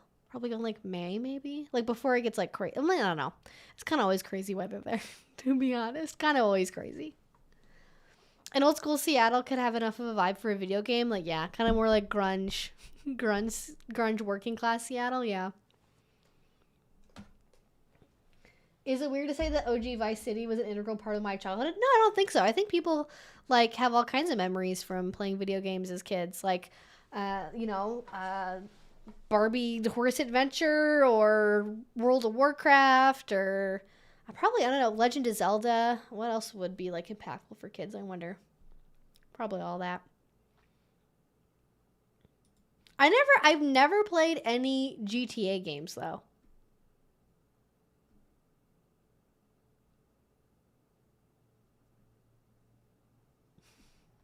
Yeah, the glitter is freaky just from a from a cleanup perspective. I was thinking of using the stuffed giraffe to hit someone like a pillow fight. Yes, that's exactly what I was thinking too. Thank you for answering. I will be more upfront for sure. Yeah, definitely. I know it's not like great advice is just say be more upfront, but really that's what it comes down to, honestly. Because people that are very against kink will kind of self-select out of that, and then it's easier to catch the fakes and the people that are just kind of saying yes to say yes from people that are legitimately into stuff if you're asking very like specific questions. Yeah, my partner has a strong obsession with the Barbie horse game. Same. Such a good game. If you ever have the interest in the budget, we have an awesome event coming up in a few weeks in Tampa called Endless Night Vampire Ball. They sold out vampire balls all over the world. Oh, I've heard about those. Yeah, I'm not really in like the vampire community at all. I've never really been associated with that. I've never gone to any events. I feel like all the people I know that are into that are, well, I don't know. I don't have the best impression, I guess. But I'd love to go and like see what that's like. I really love being in New Orleans, though, actually. I'd love to. If there's stuff in New Orleans, I'd go back there in a heartbeat. I think we'd be surprised at how much time people spend in GTA trying to get trying to get sex workers into a car. Yeah, it's people love. They love doing that. I think one of the first issues of Game Informer I ever got, well, the first one I ever got was announcing and like doing kind of a preview review of the first BioShock game. And I think around that same time, it was during the hot coffee controversy. I remember reading, I was like 12 maybe when that happened. I was like, oh, they do what in the what game? I was scandalized. Completely scandalized.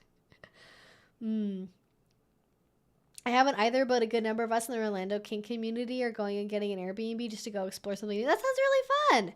Well, definitely have to report back about that because that sounds like a fun time, but kind of too late for me to, I think, plan. Because that's like across the country for me, so it'd be a lot of... Actually, I kind of wonder, what is a flight there? Oh! It's like a non-stop 5.5 hour flight from PDX to Miami is like under $200. I mean, it's an economy class. Was it for first class? $1,000. Never mind.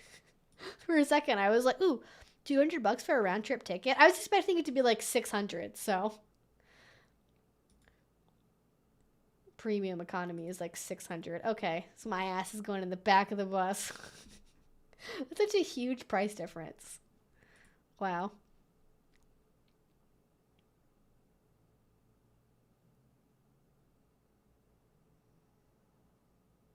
Before gaming culture went completely off the rails.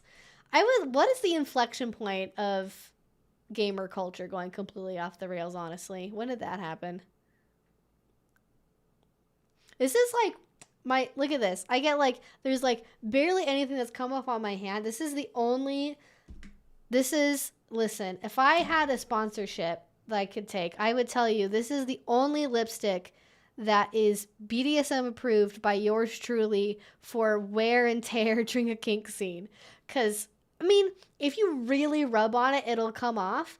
I have done some aggressive things involving my lips while wearing these, and they They stay put if you put them on properly. They're so good. Oh, Gamergate. Yeah, pre-Gamergate, of course.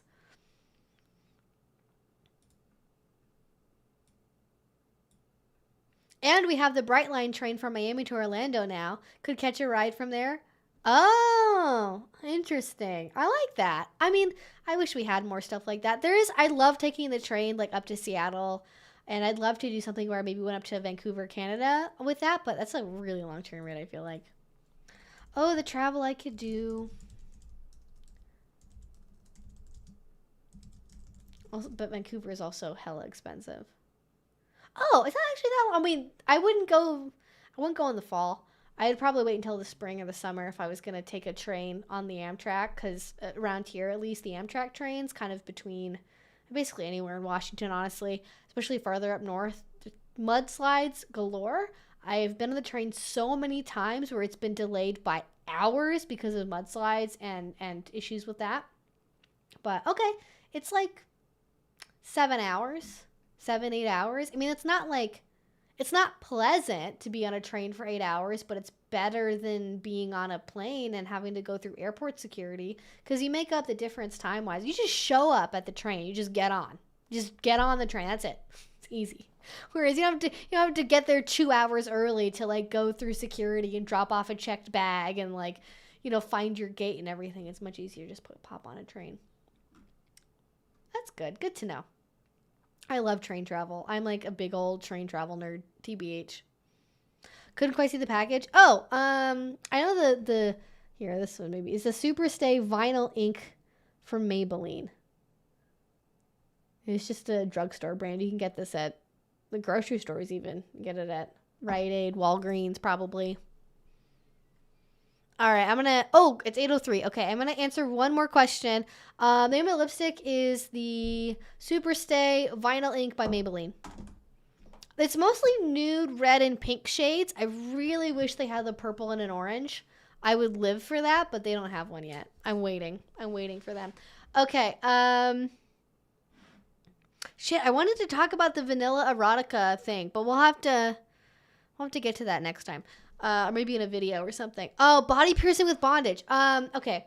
So my experience with body piercing and bondage is, I haven't had any issues with my VCH piercing and bondage, just because of the way that my anatomy is structured. Like everything kind of stays tucked in, and it's not like nothing has really happened. I don't know. I have had like rope kind of go wayward and like end up over there where it wasn't supposed to be there, and that's been nerve inducing, because I'm like, oh well, where are we going? What's going on here? Where are we going with this? I would say the majority of my experience was with my nipple piercings and rope bondage, and there were many times where I'd have a chest harness on where the rope went like this, and then over time it would like compress and go this way.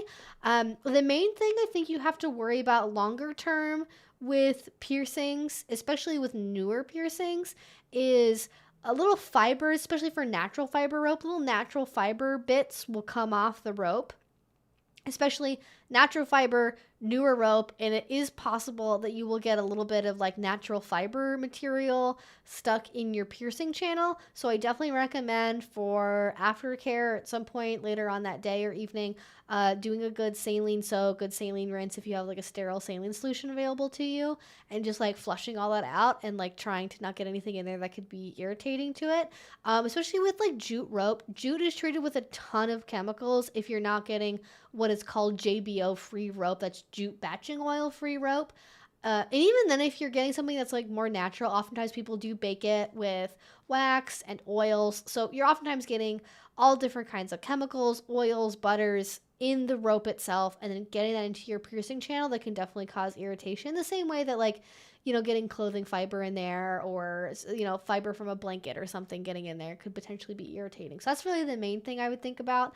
And then I just adjusted the way that I did chest harnesses and doing different chest harnesses, like doing one that has, as opposed to going like this way, like top and bottom, having one that just has a bottom band and then like goes up and like over the shoulders. That I think tends to be a lot better. And then if you're doing more like struggly escape artist rope. You got to be aware of that. I mean, really, if you want to do anything that involves a lot of like struggle, or you want to go over areas of the body, I always found that like for my BCH, having on a thong like worked fine for me. And then for nipple piercings, having some kind of like pasties or like some kind of thing to cover up the nipple piercing and kind of keep it compressed and out of the way. That worked fine. Didn't really cause any big problems after that. Trains are also romantic. True. Trains are amazing and relaxing. Yes. Especially like wintry trains. I love wintry trains. They're the best. Okay. Train chat is over, y'all. Train chat is done, unfortunately. I'm going to go nowhere. I'm going to go to the gym later. I'm going to heat up my hot chocolate. I'm going to enjoy that before I go to the gym. Thank you all so much for hanging out with me on this wonderful Friday. Hope you have an amazing new year if you're celebrating the new year. And I'll talk to you all in 2024. All right, good night, guys. Bye.